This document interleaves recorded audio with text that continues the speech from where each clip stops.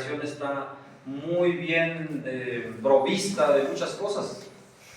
Tienen grandes, son lugares muy grandes en los cuales hay muchos servicios, pero hemos visto que eso podría ser simplemente una apariencia, eso solamente podría ser follaje, mis amados hermanos. Porque se profesan ahí muchas cosas en estas personas, pero no hay fruto. Entonces, la venida de nuestro Señor será muy terrible para ellos. Fíjense que el inspector no encuentra nada sino hojas donde se podría haber esperado algún fruto. Nada sino hojas. Quiero decir, nada sino mentiras, mis amados hermanos. Solo mentiras, puras mentiras. ¿Es esa una dura expresión? Si yo profesara la fe y no tuviera nada de fe, ¿acaso no sería un mentiroso? Si yo profesara el arrepentimiento y no hubiese arrepentimiento, ¿no sería eso sino un cúmulo de mentiras, mis amados hermanos? Si me uniera al pueblo del Dios viviente y no obstante no tuviera ningún temor de Dios en mi corazón, ¿no sería eso una mentira? Si viniera a la mesa de la comunión y participara del pan, del vino, y no obstante nunca discerniera el cuerpo del Señor, ¿no sería eso una mentira? Si profesara defender la doctrina de la gracia y con todo no tuviera la seguridad de su verdad, ¿no sería eso una mentira? Si nunca hubiese sentido mi depravación, si nunca hubiese sido llamado eficazmente, si nunca hubiese conocido mi elección de Dios, si nunca hubiese descansado en la sangre poderosa y no hubiese sido renovado nunca por el Espíritu, ¿acaso mi defensa de la doctrina de la gracia no sería una vil mentira? Si no hay nada sino hojas, entonces no hay nada sino mentiras. Y el Salvador ve que eso es así. Todo el verdor de una hoja sin ningún fruto es para él solo un perfecto engaño. La profesión sin la gracia es la ostentación fúnebre de una alma muerta. La religión sin la santidad, fíjense, la religión sin la santidad es como ahí en Santiago habla de la verdadera religión, Santiago 1:27. La religión sin la santidad es la luz que proviene de la madera podrida, es la fosforescencia de la descomposición. Vamos a ver qué dice Santiago 1:27.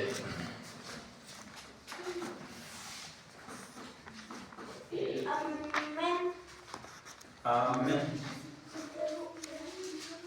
Santiago 1:27. ¿Listos? Amén. Los espero, ¿eh? ¿Quién falta? ¿Todos? A Luchi.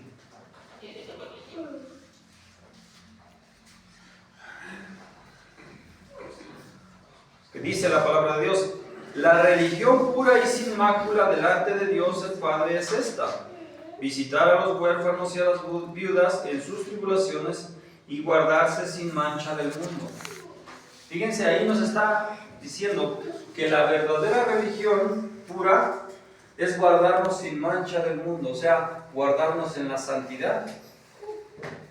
Entonces, si nosotros profesamos una fe, si hacemos una profesión de fe, pero no vivimos en santidad, mis amados hermanos, eso es, como dice aquí, dice que es la luz que proviene de la madera podrida, es la fosforescencia de la descomposición. Entonces estoy diciendo palabras terribles, pero ¿cómo podría hablar menos terriblemente de lo que lo hago? Lo nuestro es algo peor que la corrupción. Es la corrupción de la corrupción. Profesar la religión y vivir en pecado es rociar pétalos de rosas sobre un muladar y dejar que siga siendo un muladar. Darle a un espíritu el nombre, fíjense, darle a un espíritu el nombre de un ángel cuando muestra el carácter de un demonio es como pecar contra el Espíritu de Dios, contra el Espíritu Santo. Si permaneciéramos siendo inconversos, ¿de qué serviría tener nuestro nombre escrito entre los piadosos? De nada serviría, mis amados hermanos. Sería totalmente inútil, sería simplemente un relleno, un follaje. Nuestro Señor descubrió que no había fruto en la higuera, y eso fue algo terrible, pero a continuación condenó al árbol. ¿No fue correcto que lo condenaran, acaso? ¿Lo maldijo? Fíjense, ¿lo maldijo como tal? No, porque ya era una maldición. Él solamente estaba afirmando lo que realmente era. Porque nosotros pensamos, o podríamos pensar, que él llegó y lo maldijo. Él ya era eso, él ya era una maldición. Solamente el Señor confirmó o vio su naturaleza. Fíjense, el Señor puede ver la naturaleza de cada ser. Fíjense que estaba calculado para seducir a los hombres y sacarlos de su camino para engañarlos. Imagínense, vas de camino, ellos iban de camino, dice, pero vieron a la higuera. Adelante. Y esa higuera lo que hizo es desviarlos de su camino. ¿Cómo lo hizo? Engañándolos. Todos creían que esa higuera iba a proveerlos de un alimento. Todos creían que esta higuera tendría un refrigerio para nuestro Señor. Y créanme, mis amados hermanos, que para un alma, fíjense, para un alma cansada y hambrienta, ese tipo de distracciones agravian la situación. Entonces, Dios no aceptará que los pobres y los necesitados sean hechos objeto de burla, mis amados. Una profesión de fe vacía es una maldición práctica, y entonces no debería recibir la censura del Señor de la verdad. El árbol no servía de nada allí donde estaba, no ministraba para el refrigerio de nadie. Así el profesante estéril ocupa una posición en la que debería ser una bendición, pero en verdad brota de él una maligna influencia. Si la gracia de Dios no está en él, es totalmente inútil y con toda probabilidad es una maldición. Es como lo era Acán en el campamento, que contristó al Señor y provoca que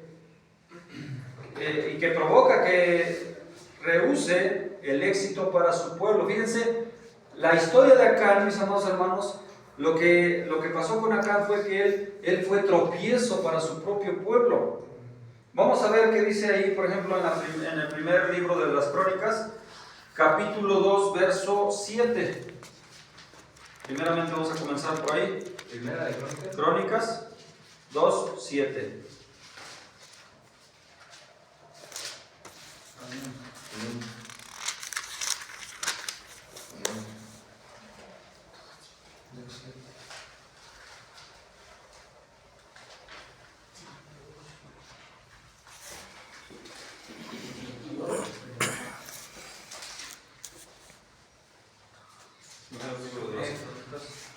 Capítulo 2, verso 7.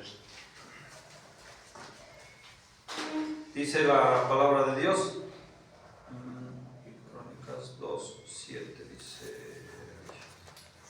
Los tiene medio. Acá. Dice, hijo de Carmí fue Acán, el que perturbó a Israel porque prevaricó en el anatema. Fíjense que esta palabra prevaricó Se los voy a leer textualmente. Lo que significa, mis amados hermanos, una prevaricación. Aquí está, segunda, primera de Crónicas 2, 7. Fíjense.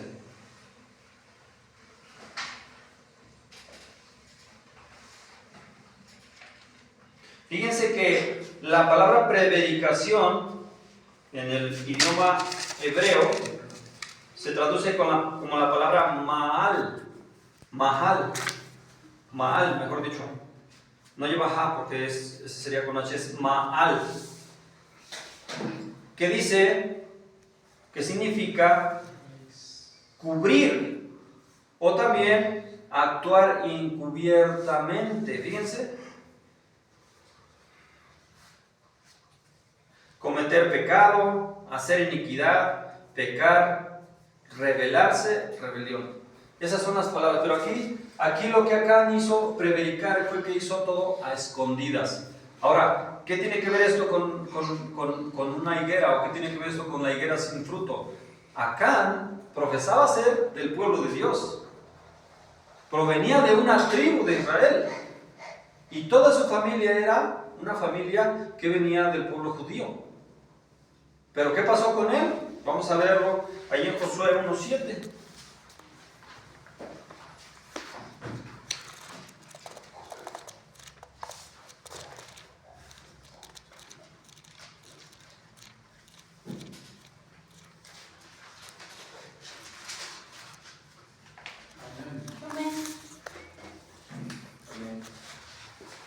Vamos desde el 1, mis amados. ¿Ya lo tienen? Dice la palabra de Dios: aconteció después de la muerte de Moisés, siervo de Jehová, que Jehová habló a Josué, hijo de Nun, siervo de Moisés, diciendo: mi siervo Moisés ha muerto, ahora pues levántate y pasa este Jordán, tú y todo este pueblo, a la tierra que yo les doy a los hijos de Israel. Yo os he entregado, como lo había dicho a Moisés, todo lugar que pusiera la planta de vuestro pie, desde el desierto y el Líbano hasta el gran río Éufrates, toda la tierra de los Eteos hasta el gran mar donde se pone el sol. Será vuestro territorio. Nadie te podrá hacer frente en todos los días de tu vida. Como estuve con Moisés, estaré contigo. No te dejaré ni te desampararé.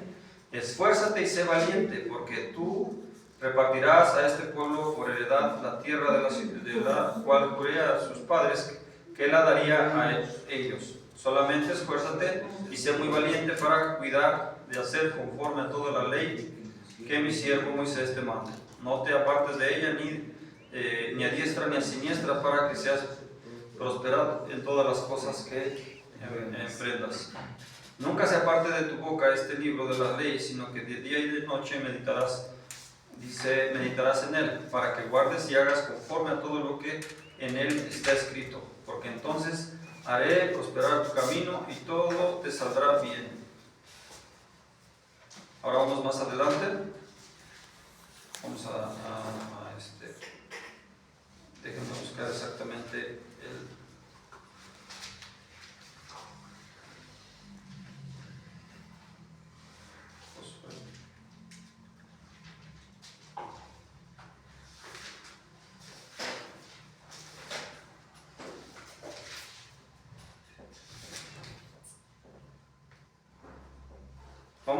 ¿En qué capítulo estamos, hermanos? En Josué. Ahora vamos ahora al capítulo 7. Ahí vemos que a Josué le fue dado el cargo de seguir llevando a su pueblo, seguir guiando a su pueblo, y se le dio la promesa de que iban a conquistar a la tierra prometida. Pero ahora vamos a ver, fíjense, todo para ellos eran promesas de cosas buenas de que Dios iba a dar al pueblo. En este caso, acuérdense que Josué representa a Jesucristo. Y Josué los iba a meter a la tierra prometida. ¿Por qué? Porque Moisés no podía meterlos a esa tierra, porque Moisés representaba la ley. Y la ley nunca nos va a poder meter al cielo, nunca nos va a poder meter al reino de Dios. La ley no, sino solamente la gracia. Entonces por eso aquí hay una diferencia entre Moisés y Josué. Por eso dice que Moisés vio de lejos la tierra prometida, pero no pudo entrar. Pero sí Josué, que Josué es un tipo de Jesucristo. ¿Listos? En el 7.1 Amén. dice: pero los hijos de Israel cometieron una prevaricación. ¿Ya vieron? Hicieron algo a escondidas, dice ahí. Cuando dicen cometieron una prevaricación es que encubiertamente hicieron algo. Y fueron los mismos hijos de Israel. Dice una prevaricación en cuanto al anatema, porque Acán, hijo de Camí, hijo de Zebdi, hijo de Sera, de la tribu de Judá, tomó del anatema, y la ira de Jehová se encendió contra los hijos de Israel.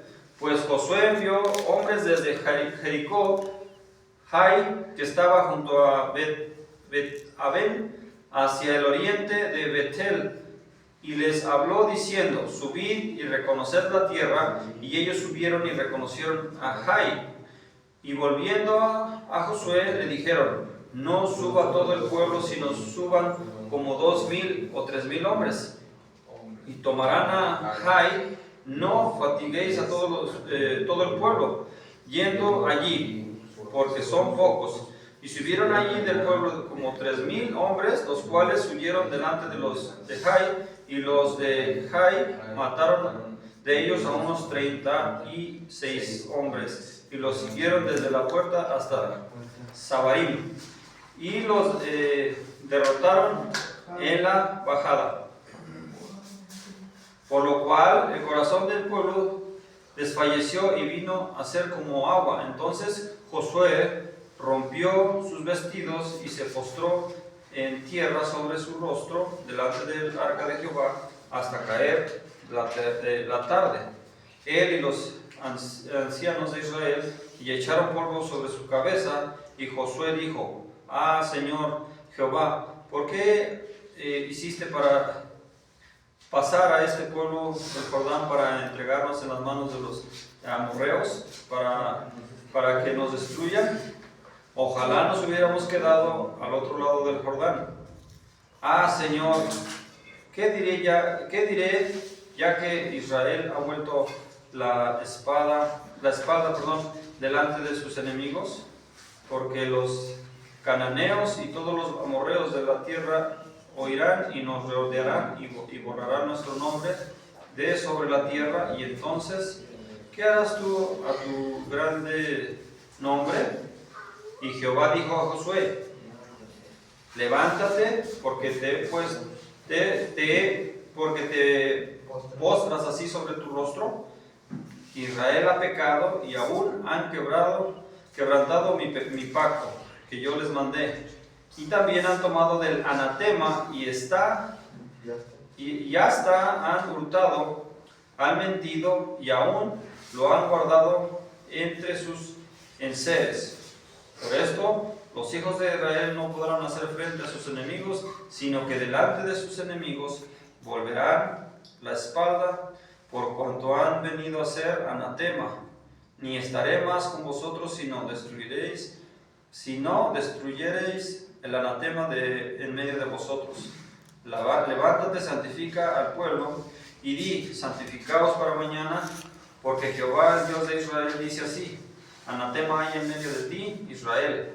No podrás hacer frente a tus enemigos hasta que hayas quitado el anatema del medio de vosotros. Os acercaréis pues mañana por vuestras tribus, y las tribus de Jehová se acercará por sus familias, y la familia de Jehová tomaré. Se acercará por sus casas, y las casas de Jehová tomaré. Se acercará por los varones, y el que fuere sorprendido en el anatema será quemado, y él y todo lo que tiene, por cuanto ha quebrantado el pacto de Jehová y ha cometido maldad en Israel. Josué pues, levantándose de mañana, hizo acercar a Israel por sus tribus, y fue tomada la tribu de Judá, y haciendo acercar a la tribu de Judá fueron tomadas la familia de los de Sera, y haciendo luego acercar a la familia de los de Sera por varones fue tomado Sebdi, hizo acercar su casa por los varones, y fue tomado Acán, hijo de Carmín, hijo de Sebdi, hijo de Sera, de la tribu de Judá. Entonces Josué dijo a Acán: hijo mío, da gloria a Jehová, el Dios de Israel, y dale alabanza, y declárame ahora lo que has hecho, no me lo encubras. Y Acán respondió a Josué diciendo: verdaderamente yo he pecado contra Jehová, el Dios de Israel, y así he hecho. Pues vi entre los despojos un manto babilónico muy bueno, y 200 ciclos de plata, y un lingote de oro de peso de 50 ciclos, los cuales codicié y tomé, y he aquí está escondido bajo tierra en medio de mi tienda. Y el dinero debajo de ello, dice. Josué entonces envió mensajeros, los cuales fueron corriendo la tienda, y he aquí estaban escondidos en su tienda, y el dinero debajo de ello. Y tomando en medio de la tienda, lo trajeron Josué y todos los hijos de Israel, y lo pusieron delante de Jehová. Entonces Josué y todo Israel con él tomaron a Acán, hijo de Sera, el dinero del manto, el manto, el lingote de oro, sus hijos, sus hijas, sus bueyes, sus asnos, sus ovejas, su tienda y todo cuanto tenía. Y lo llevaron todo al valle de Acor. Y le dijo Josué: ¿por qué nos has turbado? Túrbate Jehová en este día. Y todos los israelitas los apedrearon y los quemaron después de apedrearlos, y levantaron sobre él un gran monumento de piedra que permanece hasta hoy. Y Jehová se volvió del ardor de su ira, y por esto aquel lugar se llama el Valle de Acor hasta el día de hoy. Entonces veamos ahí, mis amados hermanos, cómo Acán era un profesante. Fíjense, Acán fue testigo de las grandes señales y prodigios de Dios. Él venía en medio del pueblo de Israel, él vio todo lo que Dios hacía. ¿Cómo es posible, mis amados hermanos, que él no, a la hora de que hizo esto, de esconder, de que prevaricó, no pudo darse cuenta de que Dios lo estaba viendo? ¿Cómo tenemos los seres humanos una memoria tan corta? Porque apenas ayer Dios hizo un milagro en tu vida, en mi vida, pero para mañana ya se nos olvidó. Apenas ayer el Señor te sacó de una situación difícil, pero hoy otra vez andamos en nuestro mismo caminar. Se nos olvida lo que Dios hace por nosotros. Por eso es una palabra que el alma del hombre es frágil y olvidadiza. ¿Sí? Entonces, mis amados hermanos, si la gracia de Dios no está en él, es totalmente inútil y con toda probabilidad es una maldición. Es un Acán en el campamento que contrista al Señor y provoca que rehúse el éxito para su pueblo.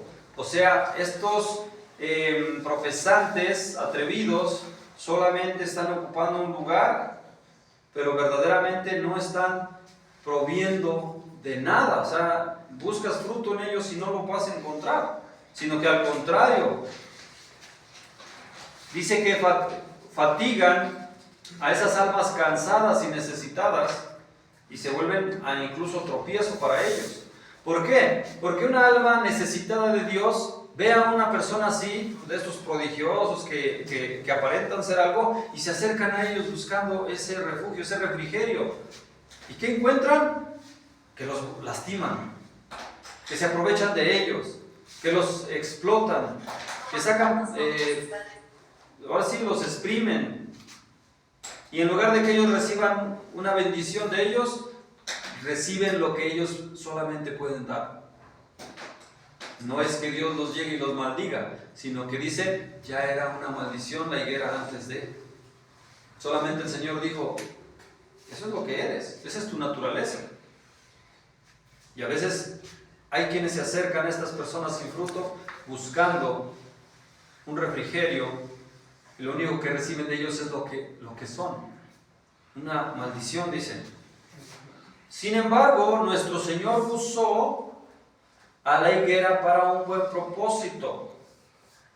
Hacer que se secara, o haciendo que se secara, pues ella se convirtió a partir de entonces en una señal y en una advertencia para todos los demás que se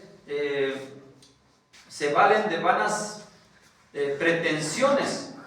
Así cuando el impío, que ha exhibido una profesión pomposa, se le permite apagarse en su camino y se produce en él, en los demás, algún efecto moral, se ven forzados a ver en él un peligro de una profesión defectuosa, y si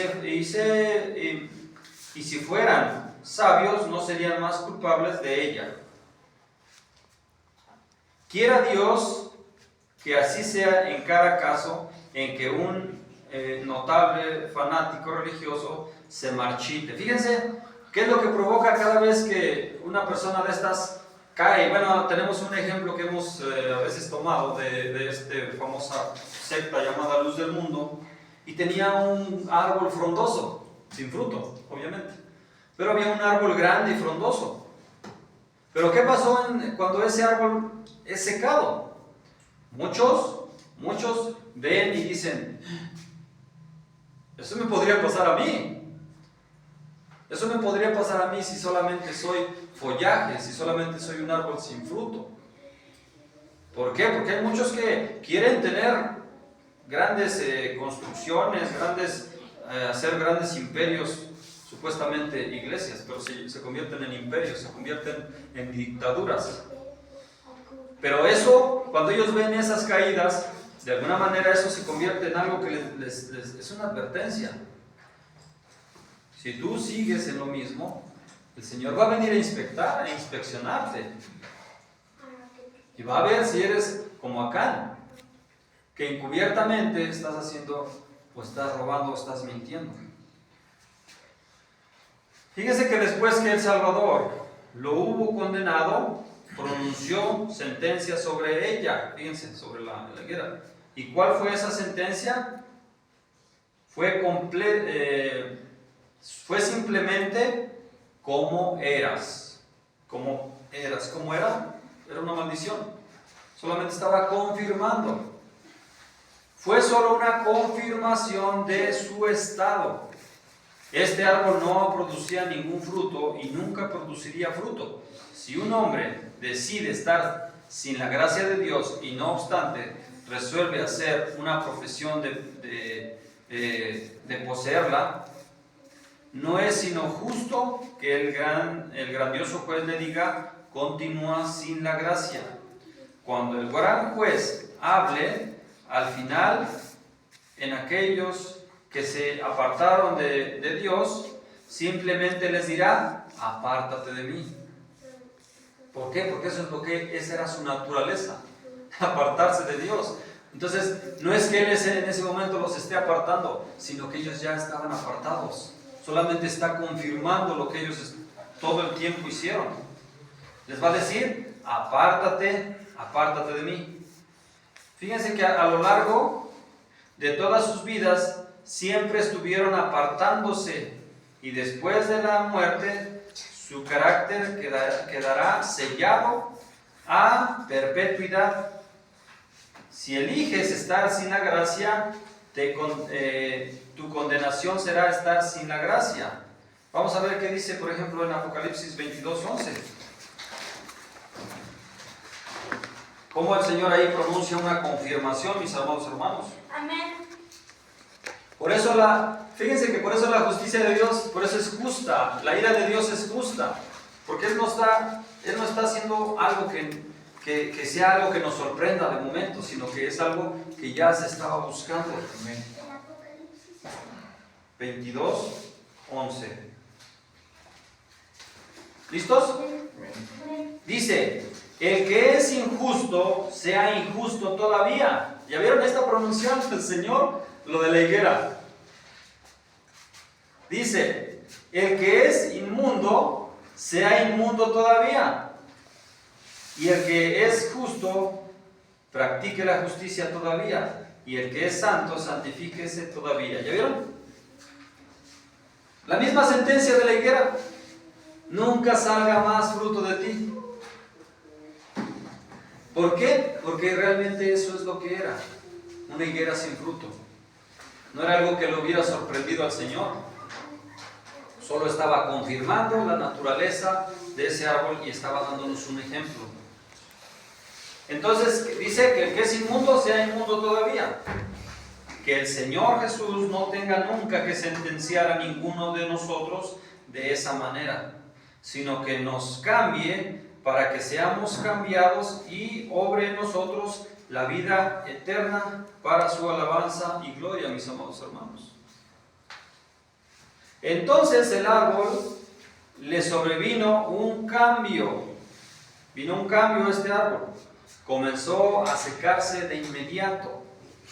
Yo no sé si los discípulos vieron correr un estremecimiento a lo largo de la higuera de inmediato, pero a la mañana siguiente, cuando pasaron por allí, según Marcos, se había secado de raíz.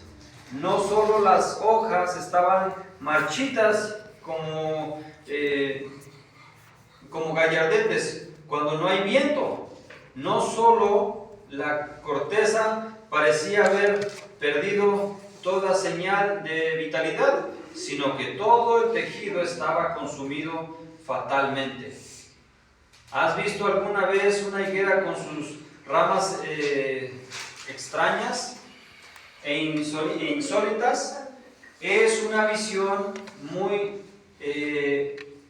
extraordinaria cuando está desnuda de hojas. No sé si a ustedes les ha tocado pasar, ¿no? Cuando una higuera está sin hojas, se ve tiene una forma muy graciosa, como muchas varitas y se ve muy feita esa planta cuando no tiene hojas. Las varitas van de unas formas muy diferentes, por ejemplo, a una rama de un arbolito. Los arbolitos tienen sus ramitas larguitas, ¿sí? Y las higueras no. Las higueras se ven así como cuando un pollo, ¿no han visto un pollo sin plumas? Se ve raro, se ve chistoso. Y así las higueras se ven muy graciosas cuando están sin sus hojitas. Fíjense que en este caso,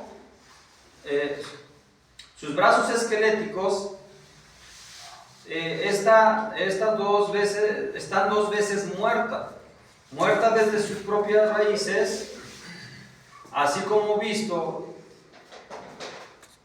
al hermoso profesante cuando experimenta una plaga. Ha parecido como algo que ha sido el aliento del horno que ha consumido su humedad.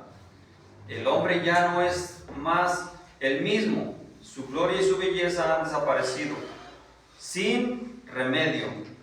No se alzó ninguna hacha, no se encendió ningún fuego. Una palabra lo hizo y el árbol se secó de raíz. Si así sin ningún rayo que le cayera en la coronilla, sin ninguna pestilencia, alguna plaga, el profesante que una vez fue valeroso es golpeado como con el juicio de Caín. Es un destino terrible. Es mejor que el viñador venga a ti con el hacha en su mano y te golpee con su filo y te diga: árbol, tienes que dar fruto o serás cortado de raíz. Fíjense, sería mucho mejor que fuéramos advertidos, ¿no? Que de alguna manera hubiera algo que nos sacudiera. Pero fíjense qué tremendo en este caso con la higuera, porque simplemente pronunció unas palabras. Si han escuchado o hemos escuchado muchas veces que decimos: yo prefiero que me pegues y no que me regañes, porque las palabras duelen más que un golpe. Los golpes se pasa el dolor, ¿no? Pero las palabras entran y penetran. A veces decimos, mejor que el Señor me castigue y no que pronuncie una sentencia contra mí, porque eso debe de ser muchísimo más doloroso, mis amados hermanos. Vamos a ver, por ejemplo, ahí en Lucas 13:6, cómo primeramente hubo una advertencia. Lucas 13:6.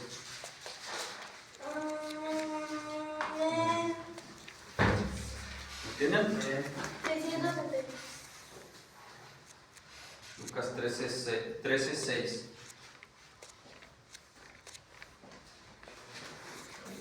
Dice la palabra de Dios.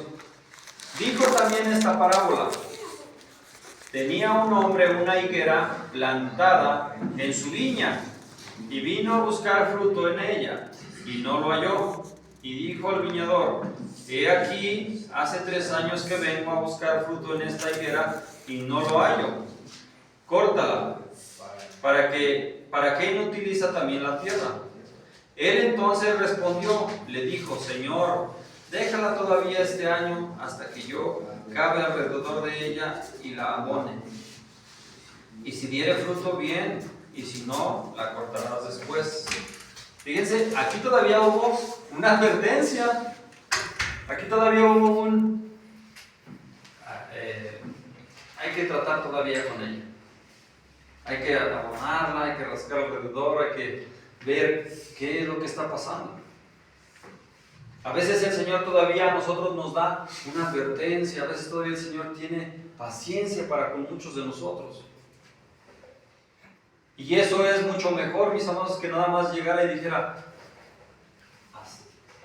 háganse hacedores de maldad, dice, apartaos de mí. En este caso, cuando Él dice: nunca nazca más fruto de ti, estaba sentenciando a esta higuera. Pero vamos a ver que esta sentencia tiene otro destino, mis amados hermanos. Fíjense que una tal advertencia sería terrible, pero sería infinitamente mejor que si nos dejaran intactos en el lugar que ocupamos y no nos marchitáramos quietamente hasta la destrucción. Fíjense que he hecho yo, o muchos de los que estamos al frente en este caso de la iglesia o de algunos otros lugares, o que el Señor nos ha dado ciertos trabajos un poquito más de predicar, de evangelizar. Dice, hemos hecho una profesión más sonora que la mayoría de los demás. Y si no tenemos la gracia en nosotros, entonces nos presentaremos delante de la multitud que nos ha visto en nuestro verdor, y el Señor dice que nos secará hasta las propias raíces, siendo un terrible ejemplo de lo que no se debe hacer con aquellos que no dan fruto para su gloria. Pero fíjense, ahora deseo concluir con algunas palabras más tiernas. Que nadie diga, esto es muy difícil.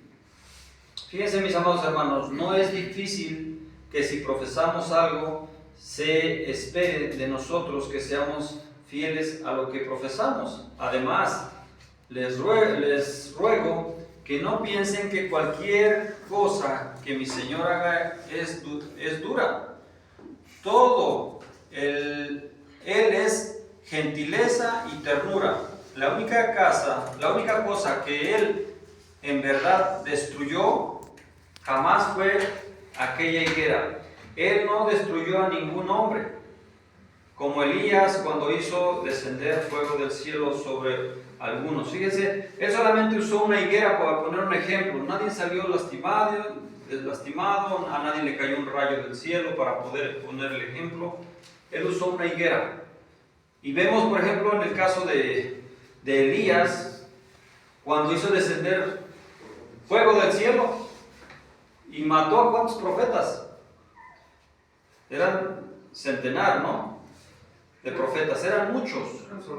Eran los decapitaron, fueron decapitados. Cuando hubo esto de que hizo descender fuego, cuando fueron decapitados todos los profetas de Jezabel, por ejemplo, cuando aquí, por ejemplo, dice que hizo descender fuego del cielo Elías sobre algunos, ni como Eliseo cuando los osos salieron del bosque. ¿Se acuerdan cuando se burlaban de él, no? Los niños le decían, Calvo, sube, le decían, se burlaban de él y dice que salieron los osos y se los tragaron, ¿no? ¿Por qué? Por estar faltando al profeta. Pero fíjense, Jesús él solo hace que se marchite un árbol estéril. Todo él es amor y ternura. No quiere secarte, ni lo hará. Si eres veraz.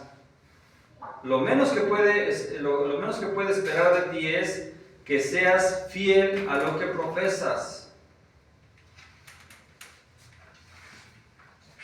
Que seas fiel a lo que dices, a lo que tú estás profesando.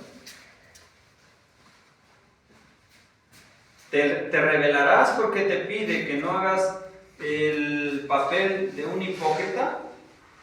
Si comienzas a dar cosas contra su amonestación, parecería como si tú mismo fueras infiel en tu corazón. En lugar de eso, ven e inclínate humildemente a sus pies y di, Señor, si hay algo en esta sola verdad que tenga que ver conmigo, te suplico que la apliques de tal manera a mi conciencia que pueda sentir su poder y haya a ti y huya a ti en buscar de la salvación. Muchos hombres son convertidos de esta manera. Estas cosas duras pero honestas los sacan de los falsos refugios y los llevan a ser fieles a Cristo y a sus propias almas. Pero dirá alguno, yo sé lo que haré, no haré nunca ninguna profesión, no voy a producir hojas. Y eso muchas veces hay muchos hermanos en las congregaciones que dicen, pues si todo esto va a suceder y si el Señor va a buscar y no me va a encontrar, pues mejor ni doy fruto, pero tampoco doy hojas. Fíjense, mis amados hermanos, eso es tener también un espíritu rebelde y huraño. En vez de hablar así, debería decir, Señor, yo no te pido que quites mis hojas. O sea, si ya eres una persona que tienes follaje, que has hecho una profesión y que tienes mucho follaje, no pidas que te sea quitado el follaje, sino que des fruto. Tenemos que rogarle al Señor que nos haga dar fruto, no quitando el follaje, eso no es necesario, sino que demos fruto, o sea que si realmente tenemos hojas, que también estemos llenos de fruto. No es probable que el fruto madure bien sin las hojas.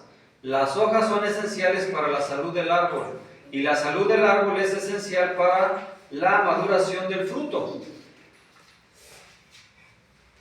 La abierta confesión de fe es buena y no debe ser rechazada. Señor, no quisiera botar ni una sola hoja. No me avergüenza reconocer a mi Señor o defender su causa. Mantener el honor de su palabra, la gloria de su cruz. Señor, yo no quisiera quedar arrinconado. Estoy satisfecho con permanecer donde los hombres puedan ver mis buenas obras y glorificar a mi Padre que está en el cielo. No pido ser observado, pero no me avergüenza ser observado. Señor, solo hazme apto para ser observado. Si un comandante le dijera a su soldado, permanece firme, pero ten cuidado de tener tus cartuchos listos para que no empuñes un arma vacía. Supongan que el soldado le responda: no puedo ser tan minucioso, yo preferiría correr hacia la retaguardia. ¿Cuál sería su respuesta apropiada? Le diría: eres un cobarde, porque tu capitán te advierte que no seas un impostor. ¿Tú prefieres huir por completo? Ciertamente eres de mala calaña. Si no puedes tolerar su censura, no eres en verdad uno del Señor. Fíjense que el Señor, hay muchas cosas que nos advierte por medio de su palabra. Nos advierte que si nosotros caminamos con Él, debemos, dice, que andar como Él anduvo. Y eso, mis amados hermanos, es una advertencia, porque si nosotros no andamos como Él anduvo, pues, ¿qué va a venir a nuestra vida? Él dice que nosotros debemos andar como Él anduvo. Él anduvo siempre en el Espíritu, Él anduvo siempre prevenido para cualquier situación. Entonces nosotros no debemos de acobardarnos. Nosotros debemos de decir: Señor, tú me estás advirtiendo que en el mundo voy a tener aflicciones, pero también tú me dices que tenga yo confianza porque tú ya venciste. Esa debe de ser nuestra actitud. Entonces,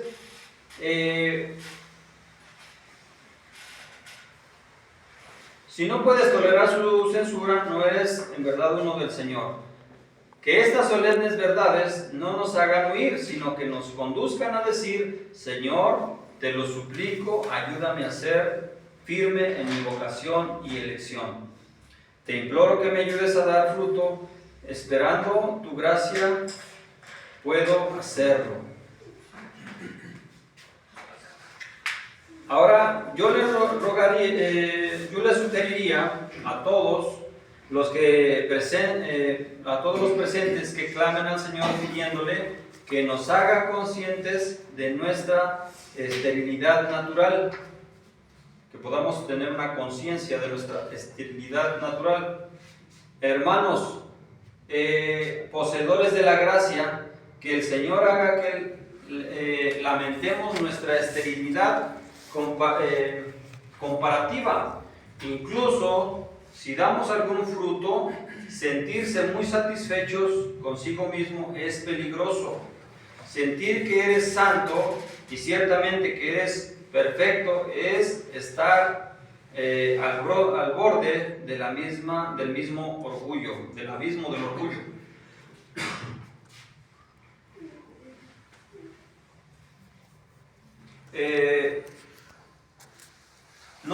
Si levantas la cabeza tan alto, me temo que la vas a golpear contra el dintel de la puerta. Si caminas sobre zancos, me temo que vas a caer.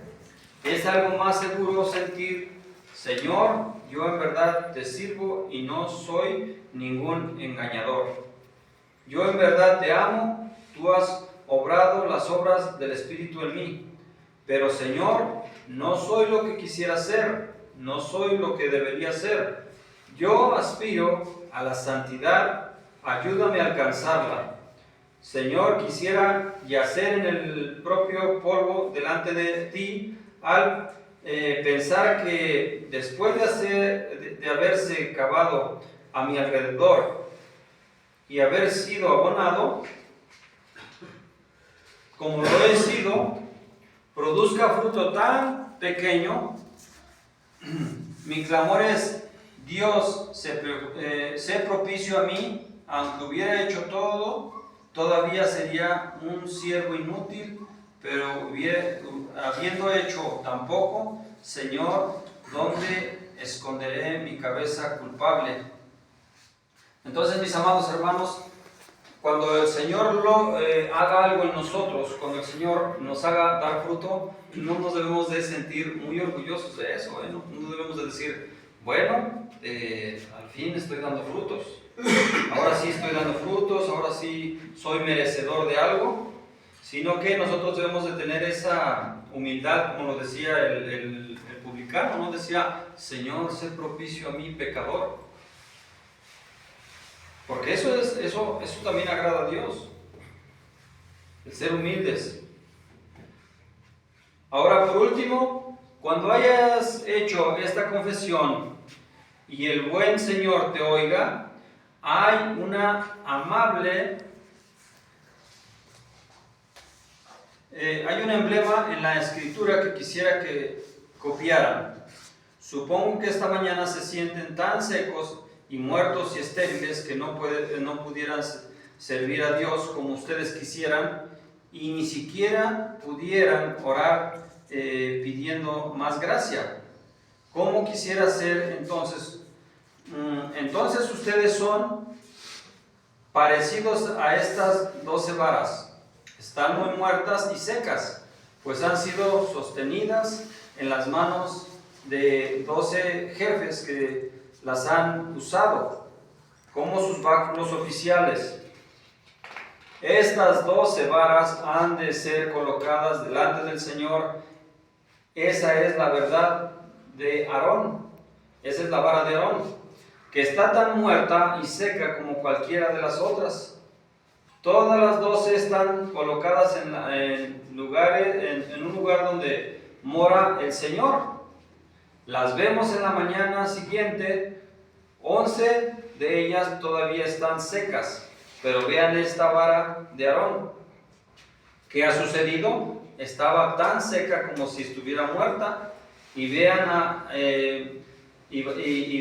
dice, vean, ha retoñado.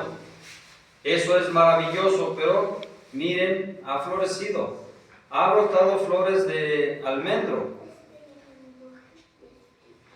Ustedes conocen el color rosa y blanco de esa flor. Eso es maravilloso, pero miren de nuevo, ha producido almendras. Aquí las tienen. Vean los verdes frutos que parecen duraznos.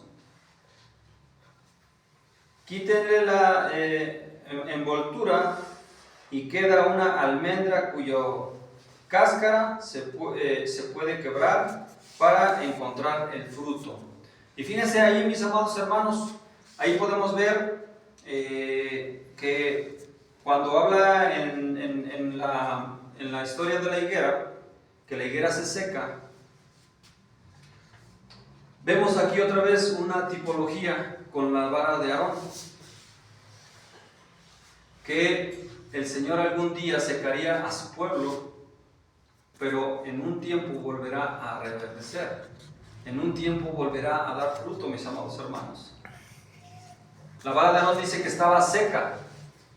Tú podías ver la vara y dices, bueno, pues ya, ¿qué puedes encontrar? Ya no vas a encontrar nada. Y el pueblo en la higuera también la seca, dice. Pero llegará el tiempo en que la higuera volverá a retoñar, volverá a tener fruto, mis amados hermanos. Concluimos, mis amados hermanos. El poder celestial descendió sobre la vara seca y retoñó y floreció e incluso produjo almendras. Dará frutos en la prueba de la vida y del favor del Señor. Y así también, de la misma manera, Israel va a volver a retoñar, mis amados hermanos. La higuera volverá a retoñar. Le pedimos al Señor que tome estas pobres varas de esta mañana. Señor, haz que retoñen. Señor, aquí estamos en un manojo. Haz que aquel milagro antiguo en miles de nosotros, haznos retoñar y florecer y dar fruto. Ven con poder divino y convierte esta congregación de ser un tercio de leña a ser un árbol frutal. Oh mi Señor, que nuestro bendito Señor Jesucristo pudiera obtener un higo de alguna vara seca esta mañana, por lo menos un higo como este. Dios, sé propicio a mí, pecador, sé propicio a nosotros, pecadores. Hay dulzura en esta oración. A nuestro Señor le gusta el sabor de un higo como este. Pero ayuda a mi incredulidad, porque nosotros sí creemos, pero que el Señor ayude a nuestra incredulidad. Aquí hay otro: he aquí, aunque Él me matare, en Él esperaré. Esa es toda una canasta entera de los primeros higos maduros. El Señor se regocija en su dulzura. Entonces le pedimos al Señor, mis amados hermanos, que si alguno de nosotros está como lo dice ahí, como un tercio de leña seco, que podamos nosotros, mis amados, dar fruto. Que si a lo mejor hemos tenido follaje pero no hay fruto, no pedimos que nos quite el follaje, sino que haya fruto debajo de ese follaje. Entonces le rogamos al Espíritu: ven, Espíritu Santo, produce fruto en nosotros en este día por medio de la fe en Jesucristo nuestro Señor. Que nuestro Señor Jesucristo nos ayude, que nuestro Señor Jesucristo nos abone alrededor de nosotros y que podamos nosotros dar fruto. Que nosotros no seamos estériles, que no seamos como esa vara estéril, como esa higuera estéril, mis amados hermanos, sino que verdaderamente nuestra profesión sea verdadera, que no caigamos en una profesión mentirosa y que no seamos ni tropiezo tampoco para otros, mis amados hermanos. Vamos a orar, vamos a concluir esta mañana con nuestra enseñanza. Padre, te damos gracias, Señor. Te damos gracias por darnos la oportunidad de estar aquí, Señor. Te damos gracias por la vida de cada uno de mis hermanos. Señor, que tu misericordia, que tu bondad y tu gracia, Señor, esté sobre nuestras vidas para que podamos dar fruto, Señor. Que si hemos estado como higueras estériles, como varas estériles o como la leña que está seca, Señor mío, que pueda brotar, Señor, un retoño, Señor, que pueda brotar un fruto de nosotros, Padre Santo. Te ruego, Señor, que bendigas a todos y cada uno de mis hermanos, Señor, que los bendigas, Señor, que los fortalezcas, Padre Santo, que podamos verdaderamente, Señor, vivir una vida veraz, una vida en santidad, una vida, Señor, bajo tu gracia, Padre Santo, que la profesión que hacemos, Señor, sea verdadera, Padre mío, que no solamente sea de palabra, como dice tu Escritura, sino de hecho y en verdad, Señor. Gracias, Señor, por todo lo que nos das, Señor, porque nos has dado salud, porque nos has dado provisión, Señor. No nos ha faltado nada en nuestras mesas, Padre Santo. Tú nos has dado siempre lo necesario para el sustento, Señor. Así como provees para las aves, para las plantas, Señor, así para nosotros, Señor mío, siempre ha habido provisión, Padre Santo. Por todos mis hermanos que tienen un enfermo en su casa, Padre mío, que tu poder, que tu gracia, tu misericordia, Señor, los acompañe en esta mañana, Señor, para que ellos lleven bendición a sus hogares, porque dice tu palabra que aquí en la congregación recibimos bendición y vida eterna, Padre mío. Te damos gracias porque eres bueno, Señor, en el nombre poderoso de Jesucristo, nuestro Señor. Amén, amén y amén. Dios les bendiga, hermanos. Feliz domingo.